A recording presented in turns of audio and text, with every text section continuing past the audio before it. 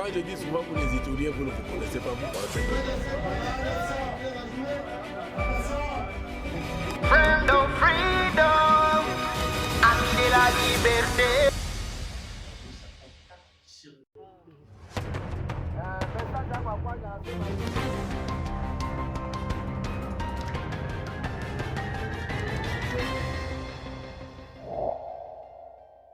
L'information en temps réel et c'est sur la 93.5 FM. Et tout de suite, les journaux.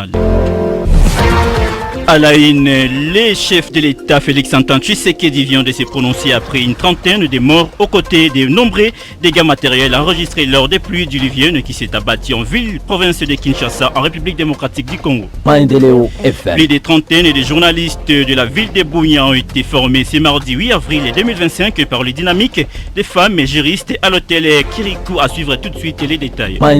Et puis démarrage imminent de la formation des candidats à la réserve armée pour la défense au centre de formation Nialé qui nous sommes à Beni dans la province du Nord Kivu. La prise de son et la mise en onde des gens Sirumba Tassissilemo derrière la caméra. Victor Luel vous présente ce journal. Excellentes conditions d'écoute à toutes et à tous.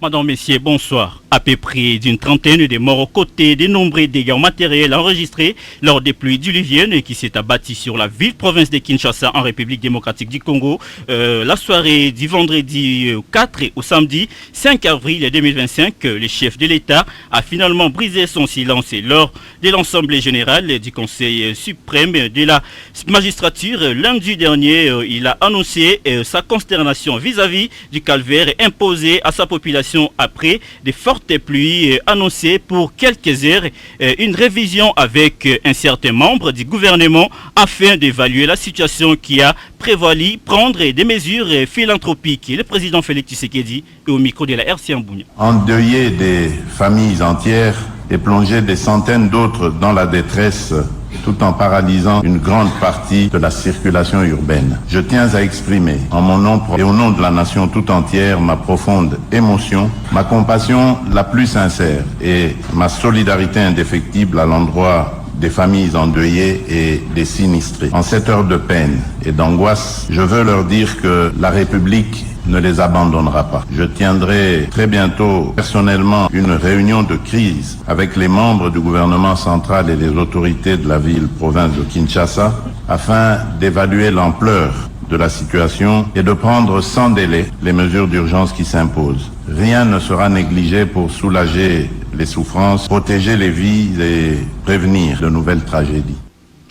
Plus de trentaine de journalistes de la ville de Bunia ont été formés ce mardi 8 avril 2025 par la dynamique des femmes et juristes à l'hôtel Kirikou, précisément chef-lieu de la province de l'Ituri. Selon Guy Moutumbi, consultant à la dynamique des femmes et juristes, cette formation avait comme objectif de faire référence à une période transitoire d'une situation de guerre vers une situation de paix. Suivez-les au micro de la RCM. Nous avons vu que c'était un besoin récurrent d'ailleurs, non seulement pour la province du Nord Kivu, mais aussi pour la province de l'Ituri, qu'il fallait un renforcement des capacités, un partage d'expérience sur la justice traditionnelle avec les professionnels des médias. Parce que nous exécutons le programme Just Future qui est un programme de plaidoyer. Toutes nos actions de plaidoyer sont dirigées vers les professionnels des médias. Mais quand nous n'avons pas un même langage avec les professionnels des médias, les actions de plaidoyer ne sont pas bien méthodiques. Par rapport, nous avons organisé cette série de formations pour que nous puissions avoir le même langage avec les journalistes pour que lorsque nous faisons des actions de plaidoyer, on ait un même langage et qu'ils puissent aussi prendre ces thématiques à cœur, connaître l'état des lieux par rapport à la recherche de la vérité, par rapport aux poursuites pénales, par rapport aux réparations, par rapport aussi aux garanties de nos répétitions, mais aussi pour travailler sur le mémoire. Notre attente particulière et pertinente est que tous les journalistes qui ont participé à cette formation puissent avoir aussi à cœur la main à l'ouvrage pour que la RDC, le gouvernement congolais dont nous saluons d'abord tous les efforts qu'ils ont déjà fournis à ce jour pour la mise en œuvre des mécanismes de justice traditionnelle, et que les journalistes de la province de l'Ituri puissent militer, insister, organiser des campagnes médiatiques, mais aussi organiser des points de presse, organiser des actions, des plaidoyers avec les victimes que nous accompagnons, des associations des victimes que nous accompagnons, pour qu'ensemble nous puissions aboutir à ce que la politique nationale de justice traditionnelle, qui est déjà déposée à l'Assemblée nationale depuis l'année de 2023, puisse être adoptée et que tous les 4 piliers phares de la justice traditionnelle soient mis en œuvre pour que les victimes qui sont éprises de justice depuis d'une trentaine d'années puissent les trouver réparées. Voilà notre attente de cet appel. Rendons-nous à présent à Mambasa où depuis plusieurs mois, la population de Mambasa en province de l'Ituri rencontre des difficultés majeures pour retirer l'argent qu'elle a posé à la caisse générale d'épargne du Congo Cadeco. Les usagers se retrouvent dans une situation préoccupante. Bien qu'ils aient déposé de l'argent sur leur compte, l'accès à leurs fonds reste difficile. Cette situation a attiré l'attention des mouvements citoyens, la lutte contre les changements. Lucha, à travers l'un de ses militants, Papi Kalala, les mouvements dénoncent cette gestion et appellent les autorités compétentes à intervenir rapidement. Selon la Lucha, la nouvelle équipe en place gère bien le public comme s'il s'agissait d'un bien privé. Nous vous proposons de suivre M. Kalala dans cet élément au micro de la RCM. Sur quoi noté par les clients, il y a banque Cadeco. Tu vas contacter par rapport à kuona que client qui a déposé franga yabo au niveau à Cadeco. Et puis, Bakisha a déposé franga par exemple 4 000, 5 000 $, bien 10 000 $, bien 5 millions de francs. Mais, wakati client a besoin de franga yake, il y a Cadeco compliqué. Ça fait depuis le mois de janvier, depuis de constater les kits, et puis on a observé, et puis le client va se plaindre. Après ça, on a décidé de shooter au terrain au niveau à Cadeco, on a un responsable, un gérant. Le gérant lui-même a avoué que le bureau Cadeco a difficulté sana ngufu sana ya par rapport na franga bato. Kwa juliza kama franga ya mtu ina déposer au niveau Cadeco kama iko na kwa utiliser kuma activité ngine ou bien comment. Parce que mtu a déposé franga yake a tia kwa pana cho sa ku bank wakati alikuwa na besoin ni ifanye étoile. Alors tunakondamner le kitu tunakuta que depuis arrivé ya ule gérant on a quoi gestion kuna kwa désordre sana ku niveau Cadeco. Tunakuta que Cadeco na kwa bien privé aiko tena banque il y a l'état congolais. Baita bakuba abunya. Baita ba autorité en place. Ba jingize kwa dossier, faut tu passer solution à mesure. En réponse de l'accusation de la Lucha, Hippolyte Loavou, responsable de la Cadeco Mambasa. Niko surpris kwanza na ile message inanipa mshangazo juu kwa sasa maneno yote yako mzuri sana, Cadeco kunatumika mzuri, kile yote kunakuwa na retire franga yake na anaweka franga yake. Pour votre information, d'ailleurs leo wanaanza zoea tena Cadeco mzuri, na konti inaanza funguliwa na kazi inakuwa mzuri bila shida, bila hata probleme moja. Message nyingine tambia population ya Mambasa wakuye fungula makonti yao, endelee na activity yao vile kunatumika. Unaweka, unatosha, unaweka, unatosha, njo epargne ile ma information ya watu kusema hivi na hivi ni uongo mtu. Nga yako nyuko no besoin utapata bila shida Cadeco. L'unique banque hapa Mambasa. Hakuna tatizo moja ya retrait, hakuna tatizo moja ya versement. La société civile et forces vives de la chefferie des Babelébé propose sa suspension des activités aurifères et par les autorités compétentes dans cette partie du territoire et d'Irumu pour éviter les bains de sang. Selon Jean-Baptiste Katokiza, qui s'est confié à la presse ce mardi 8 avril 2025, l'exploitation de l'or est parmi les problèmes qui peut déstabiliser cette entité coutumière. Cependant, il appelle les communautés à dénoncer de toute personne qui chercherait à créer une activité dans le but de saper ses efforts de la stabilisation de l'administration militaire en territoire d'Irumu. Suivez-les dans ses propos. Nous considérons la chefferie Babelébé comme la RDC. Qu'est-ce qui est la base de déstabilisation de la RDC? C'est l'exploitation de l'or. Récemment ici, il y a eu la mort de 2 personnes. C'était seulement autour des stations pareilles. Nous avons voulu qu'on puisse suspendre d'abord toute activité aurifère au niveau de la chefferie Babelébé, parce que quand on va faire ça, nous aurons la paix durable. Pour la communauté, ce que nous demandons, c'est barrer la route à tous ces gens-là, dénoncer ce qui se passe, être unis, avoir l'amour et relayer des informations qui est fiable. En attendant la décision finale des autorités, j'appelle tout le monde à la prise de conscience. Nous sommes là pour développer les milles et non pour déstabiliser les milles. Alors quiconque est dans notre attitude de la chefferie Babelébé, dans l'objectif de détruire cette chefferie, vraiment nous les condamnons et qu'ils sachent qu'il y a état pour tout. Maintenant là, c'est l'état de développer les milles. Je voulais annoncer au sommaire de cette édition du journal le démarrage imminent de la formation des candidats à la réserve armée pour la défense et au centre de formation de Nialeke à Beni. Quelques candidats volontaires et de Boutembo se disent être disponibles et motivés pour recevoir cette formation dans 45 jours afin de combattre l'ennemi aux côtés des forces loyalistes. Nzangos Mouvissa nous en dit plus dans cette correspondance. À Boutembo, quelques candidats volontaires se disent être prêts pour défendre la patrie tout juste après la formation dans le but de faire face à la menace imminente à laquelle notre nation est soumise. Je réponds au nom de Kambal et Mataya Keviani. Nous sommes déjà disponibilisés pour défendre la patrie, notamment que... Je m'appelle Mombere Kitire Crescent. Je suis étudiant en faculté de droit à l'Université catholique Ligraben. Nous sommes suffisamment motivés d'accompagner à tout prix cette initiative parce que ça apporte de l'espoir pour le peuple meurtri du Nord Kivu et plus précisément celui de la partie orientale de la République démocratique du Congo et de toute la République démocratique du Congo en général. Et j'invite tous les jeunes de la ville de Butembo, étudiants et les jeunes qui travaillent dans des activités multisectorielles de rejoindre la RAD afin que nous puissions faire face à la menace imminente à laquelle notre nation est soumise actuellement. Il sied de rappeler que la délégation de la réserve armée de la défense a été en audience par le maire de Butembo lundi 7 avril 2025. Le lieutenant-colonel Heradi Yaya Benjamin, qui conduisait l'équipe, avait affirmé que toutes les dispositions sont déjà prises pour le début effectif de cette formation au cours de cette semaine. Le délégué du coordonnateur national adjoint de la RAD a invité tous les jeunes à venir s'enregistrer pour cette formation de 45 jours. Une fois formés, ils vont appuyer les forces loyalistes dans la défense du territoire national.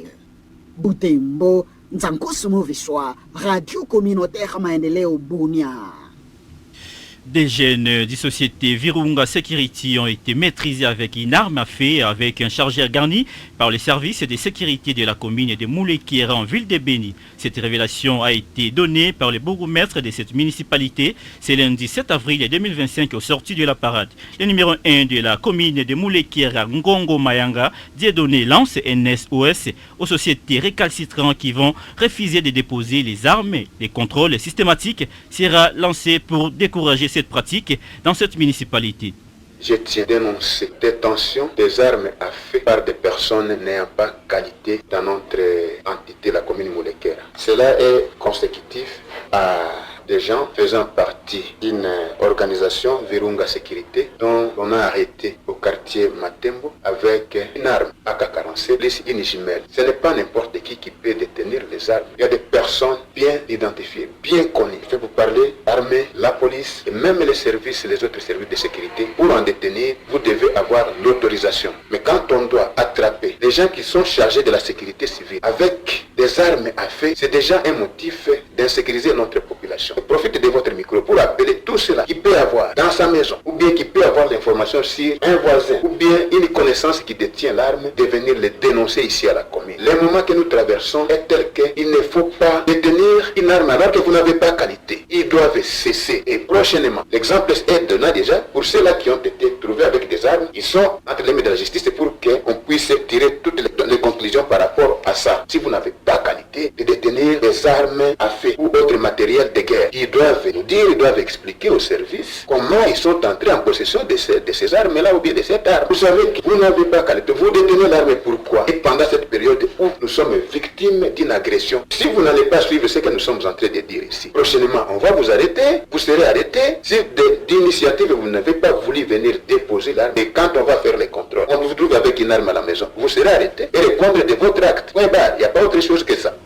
C'était là donc le message du bourgmestre de la commune de Moulekera, Ngongo Mayanga, qui lance un SOS aux civils récalcitrants. On va terminer par cette nouvelle. L'humanité doit être sensibilisée sur l'égalité devant la santé, qui est le capital inaliénable et le plus précieux, selon le docteur Job Isombi. Consommer une nourriture équilibrée permet de maintenir une bonne santé. C'est en marge de la commémoration de la journée mondiale de la santé célébrée chaque 17 avril de l'année. Le docteur Isombi déplore cet déficit par la prise en charge en santé mentale, dossier de la reine Aminata Kitambala depuis la région de Béni. L'alimentation est mot-clé dans le maintien de notre santé. Une bonne alimentation aide à la prévention de maladies. C'est ce que nous dit le docteur Job Isombi, médecin directeur à la clinique Ma Famille de Bunia, qui appelle la population à garder l'habitude de manger de la nourriture équilibrée, faire le sport et éviter le tabac pour garder sa santé intacte. Le manger équilibré, il faut toujours incorporer dans ce repas les légumes,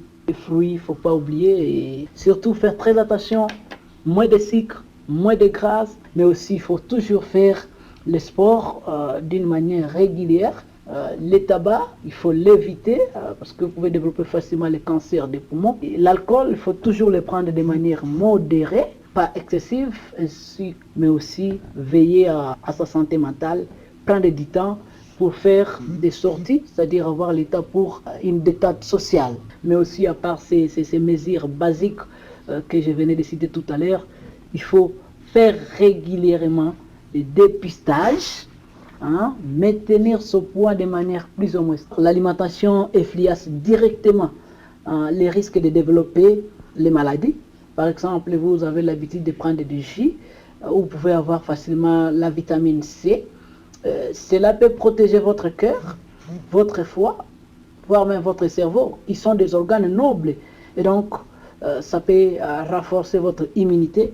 En ce qui concerne la prise en charge en santé mentale, le Dr Job Isombi pense qu'il faut encore des efforts pour renforcer l'accessibilité aux soins psychologiques. La santé mentale est-elle suffisamment prise en compte dans notre système de soins? Oui, de plus en plus, en tout cas, il est pris en charge. Mais cela reste encore insuffisant.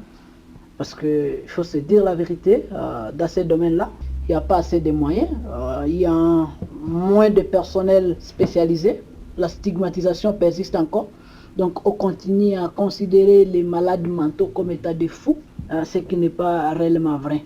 Et donc il faut encore une meilleure reconnaissance, surtout la prévention et renforcer l'accessibilité aux soins psychologiques. Pour rappel, chaque 7 avril est célébrée la Journée mondiale de santé, une manière de sensibiliser le monde sur les capitales inaliénables et le plus précieux qu'est la santé. Voilà, nous sommes complètement arrivés à la fin de cette édition du journal. Merci à cette gigantesque équipe rédactionnelle chapeautée par Jospin Wajokim et Denis Maki. Victor Leolat était à la présentation de cette édition du journal. Jean Sirumbata pour la prise des sons et la mise en onde. Cécilie derrière la caméra. Et la direction de Biamongo Katilewa. Retrouvez cette même information sur notre chaîne YouTube et Maendeleo Bunya TV. Pourquoi pas sur notre chaîne TikTok et Bunya Maendeleo Bunya TV. On se retrouve prochainement.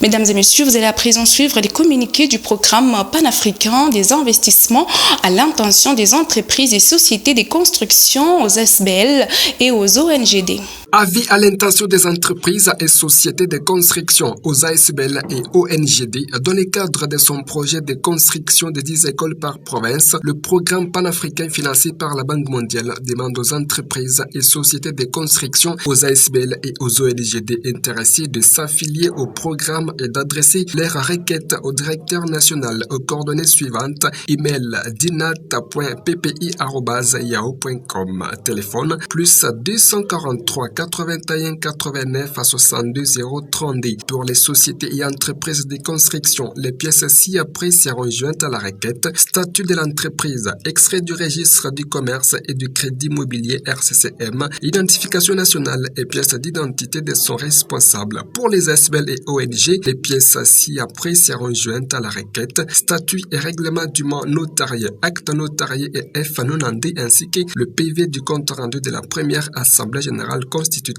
La pièce d'identification de son responsable. Notons que la fiche d'affiliation est gratuite. Hâtez-vous car le nombre est limité. Faites à Kinshasa le 29 juillet 2024. Alphonse Mouaka,